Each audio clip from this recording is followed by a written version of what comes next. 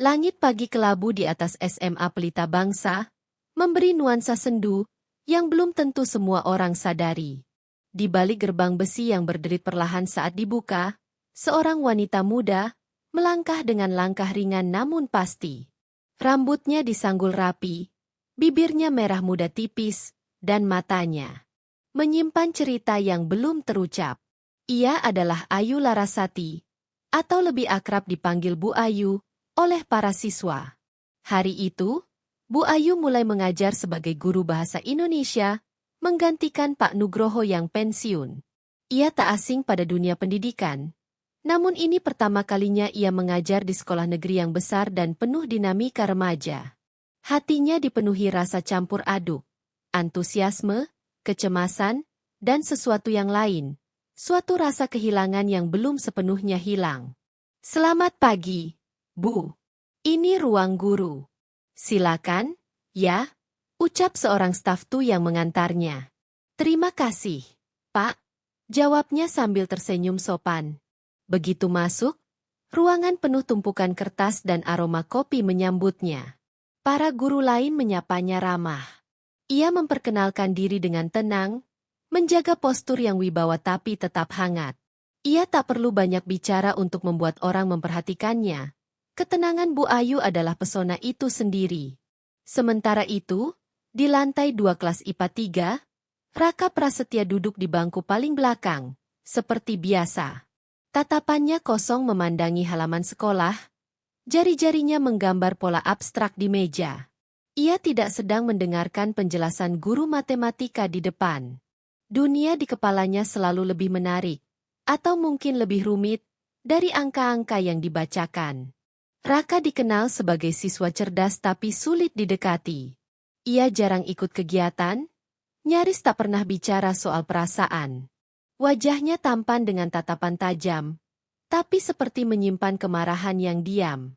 Banyak gadis menyukainya, tapi tak ada yang bisa menembus dinding yang ia bangun. Hari itu, setelah bel masuk kedua, kelas mendapat pengumuman, guru baru untuk pelajaran bahasa Indonesia. Kita kedatangan guru baru. Tolong kalian jaga sikap ya, jangan macam-macam. Namanya Bu Ayu, kata wali kelas sebelum keluar. Ketika Bu Ayu masuk ke kelas, suasana mendadak hening. Sepatu heelsnya berdetak pelan di lantai, dan tatapannya menyapu seluruh ruangan dengan tenang, tanpa arogansi. Lalu ia tersenyum. Senyum itu menenangkan, seperti air yang mengalir di atas luka yang lama mengering. Selamat pagi. Saya Bu Ayu, dan mulai hari ini, saya yang akan menemani kalian di pelajaran bahasa Indonesia, katanya lembut. Raka mengangkat kepalanya untuk pertama kali hari itu. Dan untuk pertama kalinya juga, matanya bertemu dengan mata seseorang yang membuatnya berhenti berpikir sejenak. Bukan karena Bu Ayu cantik, meski ia memang itu, tetapi karena ada sesuatu dalam tatapan wanita itu yang asing, namun terasa akrab. Seperti kesedihan yang dipahami tanpa harus diucapkan. Bu Ayu tak langsung sadar akan tatapan Raka. Tapi di tengah penjelasannya tentang sastra dan struktur naratif, ia sesekali mendapati satu tatapan berbeda di antara puluhan pasang mata lainnya. Tatapan yang tidak sekadar memperhatikan, tapi mengamati, memahami. Setelah jam pelajaran selesai, para siswa mulai beranjak keluar. Tapi Bu Ayu memanggil Raka. Kamu, Raka, ya? Tanyanya sambil membaca daftar presensi. Iya, Bu, jawab Raka singkat, tanpa ekspresi. Aku butuh bantuan untuk membawakan buku ke ruang guru. Bisa sebentar? Raka mengangguk. Meski dalam hatinya ia bertanya kenapa. Ia bukan tipe siswa yang biasanya diminta membantu. Mereka berjalan bersama di lorong sekolah yang sepi. Langkah mereka selaras, tanpa banyak bicara. Tangan Raka memegang setumpuk buku berat, namun ia tetap berjalan tenang di samping gurunya. Saat mereka berhenti di depan ruang guru, Bu Ayu memandang Raka sebentar. Terima kasih, Raka. Kamu selalu bisa diandalkan, ya? Katanya sambil tersenyum. Raka menatap matanya sebentar. Saya nggak merasa begitu. Bu? Bu Ayu tertawa kecil, tapi nadanya penuh makna. Kadang, orang yang merasa tidak bisa diandalkan justru adalah orang yang paling banyak membantu, lebih dari sekadar belajar. Kata-kata itu menggantung. Raka tidak langsung menjawab. Ia hanya mengangguk pelan, lalu berjalan pergi. Tapi di dadanya, sesuatu mulai bergerak. Sesuatu yang belum pernah ia izinkan untuk tumbuh sebelumnya. Malam itu, kamar Raka diterangi cahaya redup dari lampu meja belajarnya. Buku-buku fisika dan matematika berserakan di atas meja, tapi tak satu pun disentuh. Sebuah buku tulis kosong terbuka di depannya, hanya satu halaman yang terisi, sebuah puisi pendek tanpa judul. Kau datang bukan dengan riuh, tapi langkahmu membungkam gaduh pikirku. Raka menatap tulisan itu lama. Ia bahkan heran, sejak kapan ia menulis puisi? Itu bukan dirinya. Ia bukan penyair. Ia bahkan jarang membaca buku selain modul pelajaran. Tapi sejak siang tadi, ada yang berubah. Wajah wanita itu muncul di benaknya seperti kabut yang tak mau pergi. Senyumnya, tatapannya, suaranya. Dan yang paling sulit dijelaskan adalah kata-kata yang ia ucapkan di lorong. Kamu bisa membantu lebih dari sekadar belajar. Ada getaran halus yang tertinggal di hatinya. Ia bukan anak kemarin sore. Ia tahu makna tersembunyi. Atau setidaknya, kemungkinan. Keesokan harinya di sekolah, seperti biasa, suasana kelas kembali dipenuhi obrolan, tawa, dan keluhan soal PR. Tapi Raka tetap diam. Ia duduk di pojok, memperhatikan semua orang tanpa benar-benar ikut. Pandangannya terpaku pada pintu kelas, menunggu sesuatu yang tak ia akui. Hari gini masih belum ngerjain tugas sejarah? Suara sahabatnya, Iqbal, membuyarkan lamunan. Raka hanya mendengus. Tugasnya basi. Iqbal duduk di sebelahnya. Ia satu-satunya orang yang bisa sedikit menembus dunia pribadi Raka. Walau Raka jarang berbagi, Iqbal cukup peka untuk tahu kapan temannya sedang tidak biasa. Kemarin kamu bantu guru baru, ya? Tanya Iqbal, acuh tak acuh tapi penuh makna. Raka mengangkat bahu. Cuma bawa buku. Iqbal menyeringai. Guru baru itu, manis juga, ya? Tidak ada jawaban. Raka hanya menatap keluar jendela, menyembunyikan senyum samar yang entah muncul dari mana. Jam pelajaran bahasa Indonesia dimulai.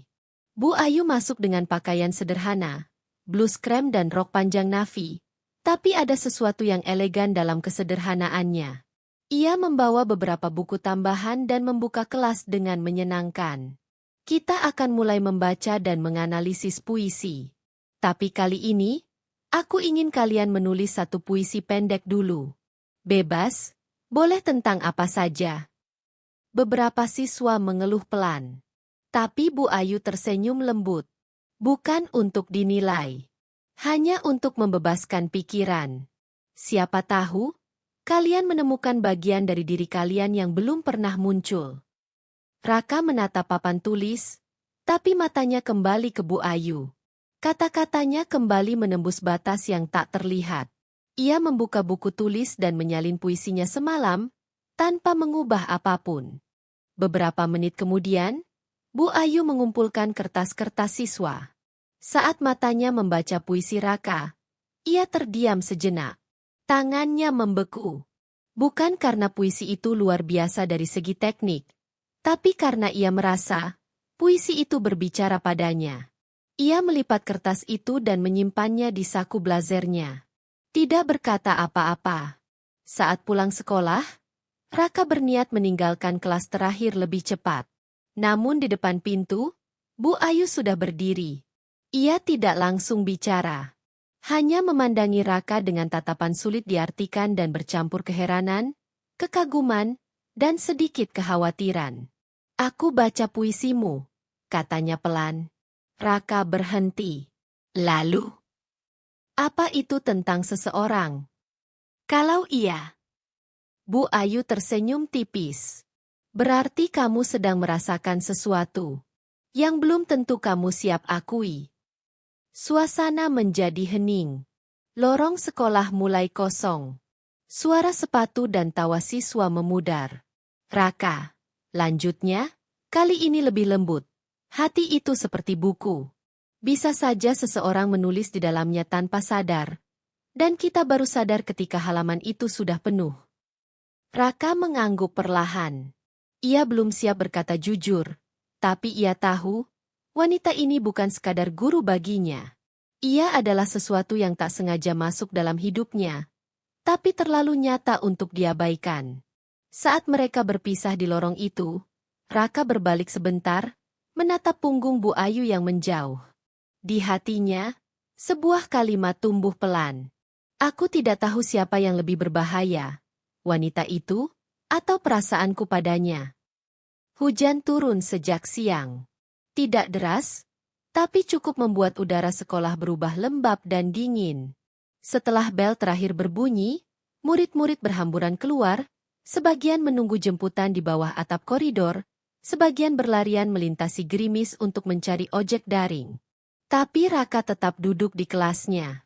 Ia tak terburu-buru. Ia menatap keluar jendela. Butir hujan berjejak di kaca, seperti pikirannya yang tak bisa diam hari-hari ini. Ia tahu kenapa, dan siapa penyebabnya. Sudah beberapa kali ia dan Bu Ayu berpapasan di lorong. Percakapan singkat, tatapan yang terlalu lama, senyum yang seharusnya biasa saja, tapi terasa tidak. Ada sesuatu di antara mereka. Sesuatu yang belum diakui tapi makin nyata setiap kali mata mereka bertemu. Hari itu, ketika Raka hendak pulang, ia melewati lorong samping gedung utama. Hujan mengguyur atap seng, menciptakan dentingan monoton yang memekakan sunyi. Lorong itu sepi, semua orang sudah pulang. Atau setidaknya, begitulah yang ia pikirkan. Sampai ia melihat sosok Bu Ayu berdiri di ujung lorong, memeluk beberapa buku di dadanya, pandangannya menerawang ke arah taman sekolah. Mereka saling tatap sejenak. Seng. Tak ada suara lain selain hujan. Masih di sekolah? Tanya Bu Ayu. Suaranya nyaris tenggelam oleh gemericik hujan. Masih nunggu reda, jawab Raka, mendekat. Dan kayaknya, ada yang ditunggu juga. Bu Ayu menoleh, sedikit tersenyum. Tapi sorot matanya tak lepas dari wajah Raka. Kamu suka hujan? Raka menyandarkan tubuhnya ke dinding lorong. Dulu, enggak. Tapi akhir-akhir ini, hujan rasanya kayak alasan yang bagus buat tetap diam. Dan dengar dunia tanpa harus jawab apa-apa. Bu Ayu menatapnya. Kali ini lebih lama. Ada kesedihan yang muncul di matanya, yang mungkin hanya bisa dikenali oleh mereka yang juga pernah kehilangan. Suami saya suka hujan, katanya pelan. Raka terkejut. Ini pertama kalinya Bu Ayu menyebut soal masa lalunya. Dia suka menulis puisi waktu hujan. Bukan puisi yang bagus, tapi selalu jujur. Raka tak menjawab. Ia hanya mendengarkan. Dan saat itulah, jarak antara mereka terasa menipis. Bukan secara fisik, tapi secara perasaan. Kalau kamu? Tanya Bu Ayu akhirnya. Kamu nulis puisi buat siapa? Raka terdiam, lalu menjawab, buat seseorang yang, entah kenapa bisa masuk di kepala, tanpa izin. Bahkan tanpa sadar. Bu Ayu tersenyum kecil. Tapi senyum itu tidak bertahan lama. Wajahnya kembali serius. Seperti mencoba menahan sesuatu yang seharusnya tidak muncul. Raka. Iya. Aku gurumu. Raka menunduk. Aku tahu. Tapi kenapa kamu bicara seperti? Kamu bukan muridku. Ia menatap Bu Ayu lekat-lekat. Karena dari awal, aku nggak pernah lihat ibu cuma sebagai guru. Hening. Hanya suara hujan dan detak jantung yang menggema di telinga masing-masing. Bu Ayu melangkah satu langkah lebih dekat. Tangannya masih memeluk buku, tapi bahunya sedikit gemetar. Jangan buat ini jadi rumit, bisiknya. Raka menjawab tanpa suara. Ia hanya mengangguk, tapi matanya berkata lain. Ketika Bu Ayu hendak melangkah pergi, salah satu bukunya terjatuh. Raka langsung membungkuk untuk mengambilnya, dan saat mereka berdiri bersamaan, wajah mereka hanya terpaut sejengkal. Untuk sesaat, dunia berhenti. Mata bertemu mata. Napas bersatu di udara dingin. Bu! Suara Raka nyaris tak terdengar. Aku nggak tahu ini apa. Tapi aku tahu ini bukan cuma rasa kagum biasa. Bu Ayu memejamkan mata sebentar. Kemudian, perlahan, ia meletakkan tangannya di lengan Raka. Aku juga nggak tahu, Raka. Bisiknya. Tapi kalau kita teruskan, kita akan kehilangan banyak. Raka menatapnya. Aku nggak takut kehilangan, Bu. Aku lebih takut kalau kita pura-pura nggak ngerasain apa-apa. Kali ini, Bu Ayu tak menjawab. Ia hanya berdiri di sana, menggenggam erat buku di dadanya. Kemudian, ia berjalan menjauh, meninggalkan Raka sendirian di lorong yang kembali sunyi. Namun sebelum benar-benar hilang di tikungan, ia menoleh sebentar. Matanya penuh arti, penuh keinginan, dan penuh batasan yang rapuh. Senja datang perlahan, mengusap langit sekolah dengan rona jingga yang lembut. SMA Pelita Bangsa mulai sepi. Suara sepatu di lorong sudah jarang terdengar, dan ruang kelas berderet dengan lampu yang dimatikan satu persatu. Tapi di ujung sayap bangunan barat, ada satu tempat yang tetap hidup meski sekolah sudah mulai hening, perpustakaan. Satu-satunya suara yang terdengar di dalamnya adalah detik jam dinding, bunyi lembut kipas angin, dan sesekali, suara kertas di balik pelan. Di sudut ruangan, di antara rak buku puisi dan prosa, duduk dua orang yang dunia tak akan pernah menebak akan duduk bersama, Raka dan Bu Ayu. Awalnya, Bu Ayu hanya menyarankan Raka membaca karya Chairil Anwar sebagai referensi puisi. Tapi entah bagaimana, kebiasaan itu berubah menjadi rutinitas. Setiap Selasa dan Kamis sore, setelah sekolah selesai, mereka akan bertemu secara tidak sengaja di sana. Raka berpura-pura mencari buku, Bu Ayu berpura-pura merapikan rak. Lama-kelamaan, tidak ada lagi alasan. Mereka hanya datang untuk saling ada. Hari itu, Raka membawa puisinya lagi. Kali ini 2 halaman. Tangannya gemetar saat menyerahkannya. Bu Ayu membacanya pelan, bibirnya bergerak mengikuti kata-kata Raka. Tapi matanya sesekali menatap remaja di depannya. Remaja yang pikirannya terlalu dalam untuk usianya, dan hatinya terlalu penuh luka untuk disebut masih muda. Aku merasa, kata Bu Ayu setelah selesai membaca, kamu bukan cuma menulis tentang aku. Raka menunduk. Aku menulis tentang semua kehilangan yang gak pernah bisa aku ungkapin ke siapapun. Tapi setelah ketemu ibu, rasanya kayak, kata-kata itu nyari jalan keluarnya sendiri. Lalu, kamu kehilangan apa, Raka? Raka menarik napas dalam. Ayah saya ninggalin kami waktu saya kelas 2 SMP. Nggak pernah balik. Nggak ada kabar. Ibu saya kerja 2 tempat, pulang malam. Saya tumbuh sendirian, Bu. Tapi bukan itu yang paling menyakitkan. Bu Ayu menatapnya penuh perhatian. Lalu?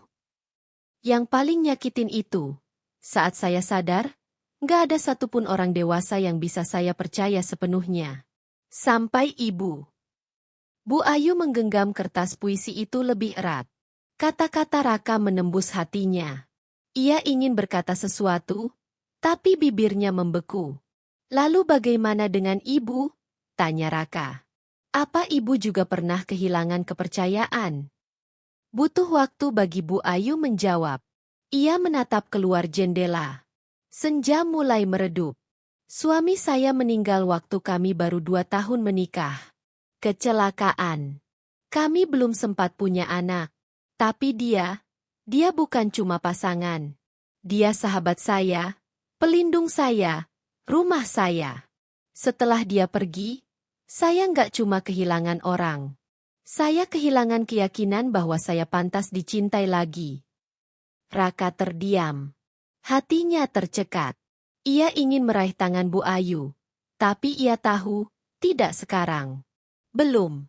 Tapi ibu tetap kuat. Enggak, Raka. Saya cuma belajar pura-pura kuat.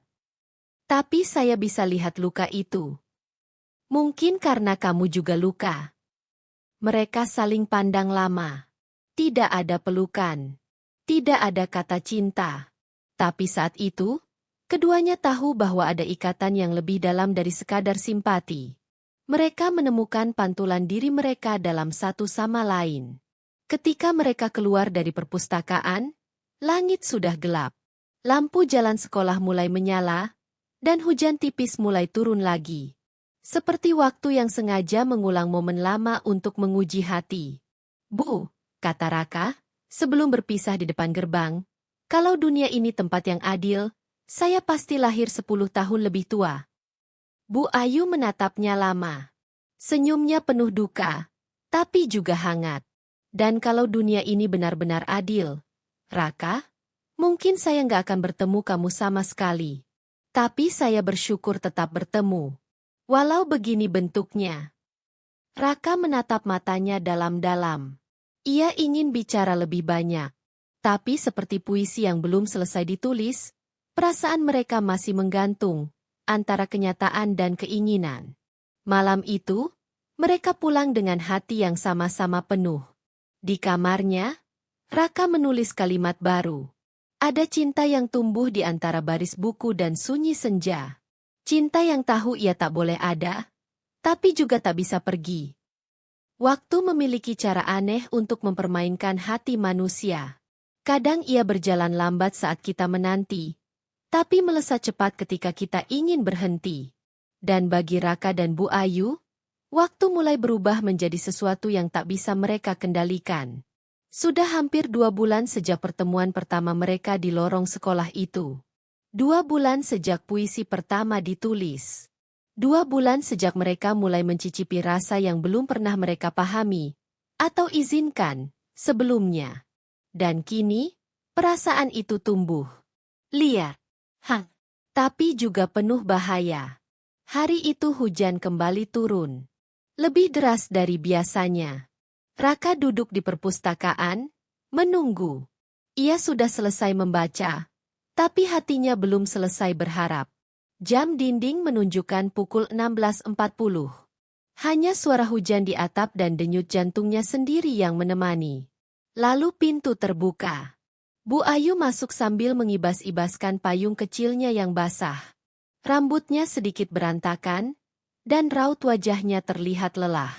Tapi ketika matanya bertemu Raka, ia tersenyum. Meski lelah, senyum itu tetap menenangkan. Maaf telat. Rapat guru baru selesai, katanya sambil duduk di depannya. Raka mengangguk. Saya pikir ibu nggak datang. Bu Ayu menatapnya. Lama. Saya hampir nggak datang. Apa yang bikin ibu tetap datang? Tanya Raka pelan, tapi tajam.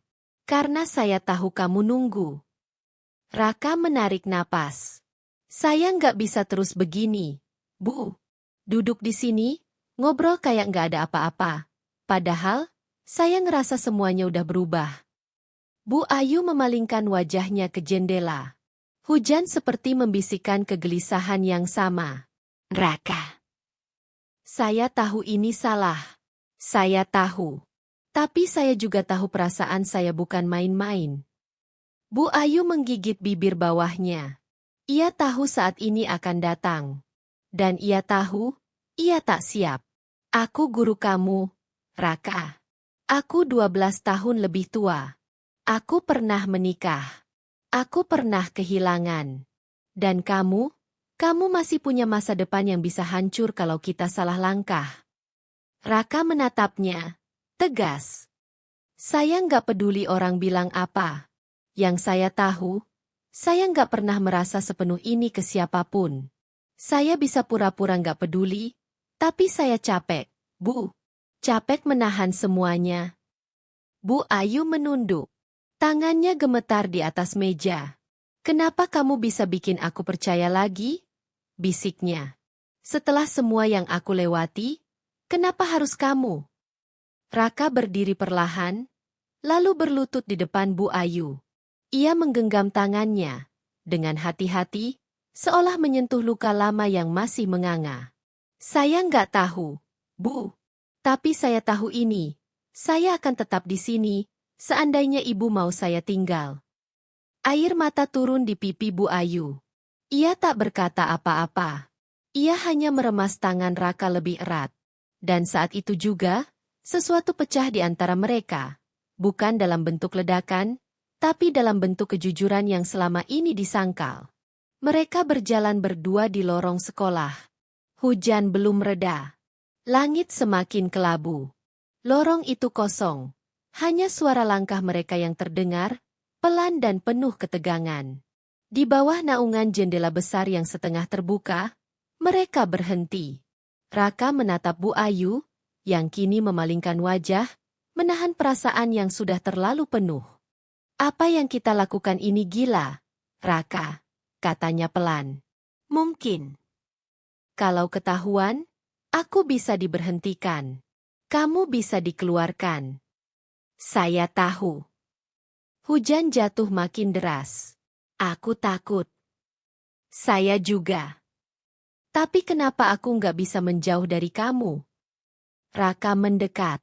Tangannya menyentuh bahu Bu Ayu. Lalu ia memeluknya. Bukan pelukan penuh nafsu. Tapi pelukan orang yang merasa mereka akhirnya tidak sendiri lagi. Dan perlahan, Bu Ayu membalas pelukan itu. Ia menyandarkan kepalanya di dada Raka.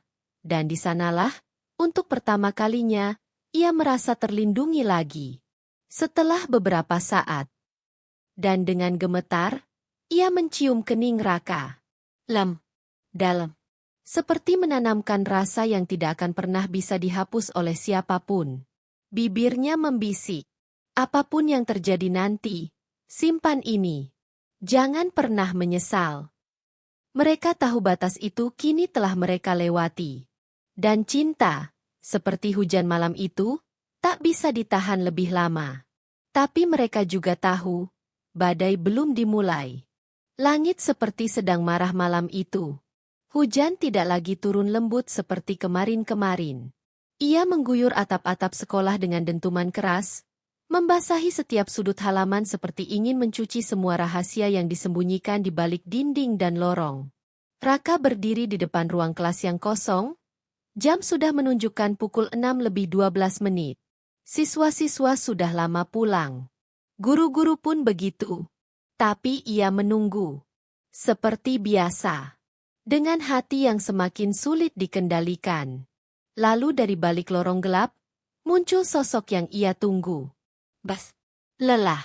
Tapi tetap perempuan yang sama yang kini mengisi hampir seluruh isi kepalanya.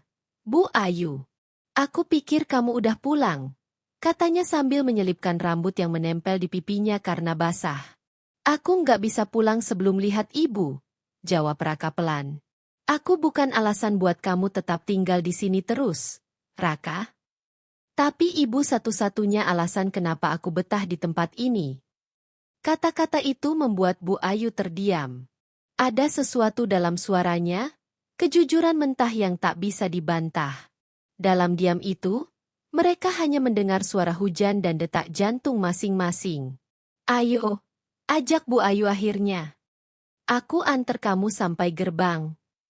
Mereka berjalan beriringan dalam diam. Langkah pelan, kaki menyusuri koridor basah, dan hati yang terjebak antara ingin kabur dan ingin tinggal lebih lama. Saat sampai di depan pintu gerbang, hujan makin deras. Raka berhenti. Ia memandang langit yang kelam, lalu menoleh pada Bu Ayu. Bu. Suaranya rendah, gemetar. Kalau hari ini adalah terakhir kalinya kita bisa kayak gini, saya nggak mau nyesel. Apa maksudmu? Raka menatapnya dengan mata yang tajam tapi juga rapuh. Kalau kita besok nggak bisa lagi ketemu kayak gini, kalau semuanya tiba-tiba terbongkar, saya pengin ibu tahu betapa saya. Ia tak bisa menyelesaikan kalimatnya. Karena saat itu, Bu Ayu sudah mendekat. Dan dalam hujan deras yang mengguyur tanpa ampun, Bu Ayu menarik wajah Raka perlahan. Dan mereka berciuman.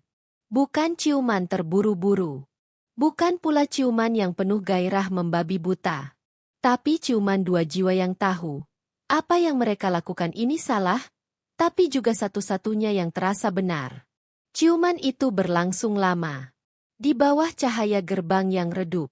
Di bawah hujan yang menyaksikan mereka dalam diam. Dunia seperti berhenti. Tak ada masa lalu, tak ada masa depan. Hanya satu detik yang terasa abadi. Saat mereka melepaskan diri, Bu Ayu menutup mata. Aku nggak boleh mencintaimu, Raka. Tapi aku sudah terlanjur melakukannya. Raka hanya menjawab dengan memeluknya erat. Dan untuk sesaat, semua ketakutan tentang dunia luar hilang seketika. Namun cinta seperti ini tidak akan pernah bisa bersembunyi selamanya. Di kejauhan, seseorang berdiri diam, tersembunyi di balik tiang taman kecil sekolah. Seorang siswa dari kelas sebelah. Matanya menyipit melihat bayangan dua sosok yang berpelukan di bawah hujan. Dan di tangan kanannya, ponsel dengan kamera yang baru saja menyala. Pagi itu terasa berbeda. Langit mendung. Udara lembab. Tapi bukan itu yang membuat jantung Raka berdegup lebih keras dari biasanya. Ada bisik-bisik di lorong sekolah. Tatapan mencurigakan. Bisikan tajam yang terasa lebih menyakitkan daripada bentakan. Katanya si Raka pacaran sama Bu Ayu. Lo lihat fotonya? Di bawah hujan? Gila gurunya sendiri. Skandal banget. Raka menunduk di kelas. Bahkan Iqbal yang biasanya cerewet memilih diam. Semua orang seakan tahu, dan tidak ada satupun yang menyembunyikan rasa ingin tahunya.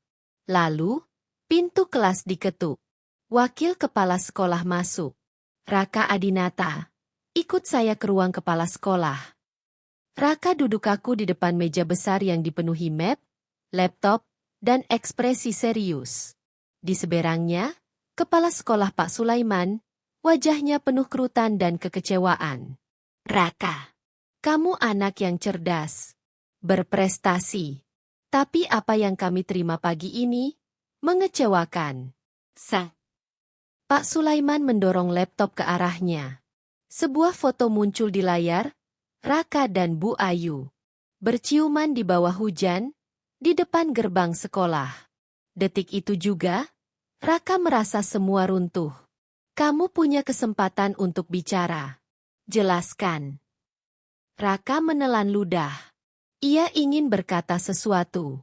Tapi bibirnya berat. Apa Ibu Ayu memaksa kamu? Atau ini murni keinginan kamu sendiri? Dan sebelum sempat menjawab, pintu ruangan terbuka. Bu Ayu masuk. Dengan wajah tenang. Matanya merah, tapi langkahnya tegap. Saya yang minta bicara duluan, Pak, katanya. Pak Sulaiman mengangguk, tapi wajahnya tetap tegas. Baik, silakan. Bu Ayu menatap ke arah Raka sebentar. Hanya sebentar.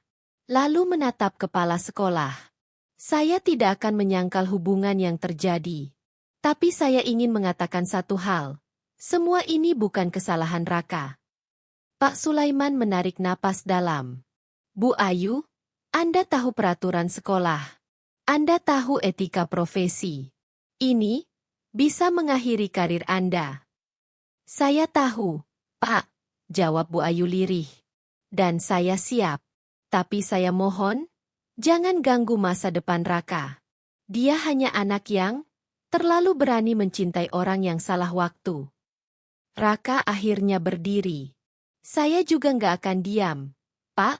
Saya nggak mau Ibu Ayu disalahkan sendirian. Ini bukan hubungan sepihak. Saya mencintai beliau. Dan saya tahu apa risikonya. Pak Sulaiman menatap mereka berdua. Ruangan itu dipenuhi keheningan yang menyesakan. Akhirnya, ia bicara. Kalian tidak akan dituntut secara hukum, karena tidak ada pelanggaran pidana, dan tidak ada bukti adanya hubungan di luar batas fisik selain foto ini. Tapi, reputasi sekolah dan moralitas publik tetap harus dijaga. Ia menutup map. Bu Ayu, dengan berat hati, Kami menerima pengunduran diri Anda. Bu Ayu menunduk. Terima kasih, Pak. Raka membuka mulut, ingin membantah, tapi Bu Ayu meraih tangannya diam-diam di bawah meja. Genggaman itu cukup. Tidak perlu kata-kata. Hari terakhir Bu Ayu di sekolah tidak diwarnai perpisahan resmi. Tidak ada upacara. Tidak ada pelukan dari murid. Ia pergi diam-diam. Seperti hujan yang berhenti tanpa suara. Raka hanya bisa memandang dari jauh. Dunia terasa kosong. Tapi anehnya, tidak sepenuhnya gelap. Setahun kemudian, langit hari itu cerah. Taman kota dipenuhi suara anak-anak berlarian, pasangan muda, dan aroma kopi dari kedai di pinggir jalan. Raka, kini mahasiswa tingkat pertama, duduk di bangku taman dengan buku di tangan. Tapi ia tidak sedang membaca. Matanya menatap seorang wanita yang berdiri di seberang jalan, mengenakan kemeja putih sederhana dan celana hitam. Bu Ayu? Ia mendekat, membawa 2 gelas kopi. Masih suka hujan? Tanyanya sambil duduk di sebelah Raka. Raka tertawa pelan. Sekarang, aku lebih suka terang. Soalnya aku udah nggak perlu sembunyi lagi. Mereka saling pandang. Tidak lagi sebagai guru dan murid, tapi sebagai 2 orang dewasa yang pernah mengambil jalan salah, tapi memilih untuk bertanggung jawab atas cinta mereka. Aku ngajar les privat sekarang, kata Bu Ayu. Aku lagi bikin jurnal sastra. Dan beberapa puisi aku masuk media kampus. Mereka tersenyum. Lalu terdiam, tapi kali ini sunyi itu bukan karena takut, melainkan karena damai. Kalau aku ngajak kamu mulai dari awal, tanpa rahasia, tanpa sembunyi-sembunyi, kamu mau? Tanya Raka. Bu Ayu memandang matanya. Dan untuk pertama kalinya, jawabannya datang tanpa ragu. Ya, aku mau. Dan di bangku taman itu, di bawah langit yang terang dan penuh kebebasan, cinta mereka yang dulu tumbuh di bawah bayang-bayang, akhirnya berdiri di bawah cahaya. Cinta tak lahir dari waktu yang tepat, tapi dari keberanian mencintai meski tahu dunia akan melawan. Dan mungkin, justru di sanalah cinta paling sejati lahir, di antara dosa dan doa. Terima kasih telah mendengarkan cerita ini sampai akhir.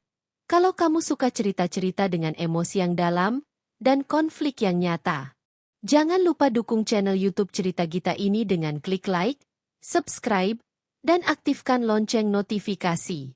Supaya kamu nggak ketinggalan kisah-kisah berikutnya yang lebih berani, lebih dekat, dan lebih jujur dari yang kamu kira.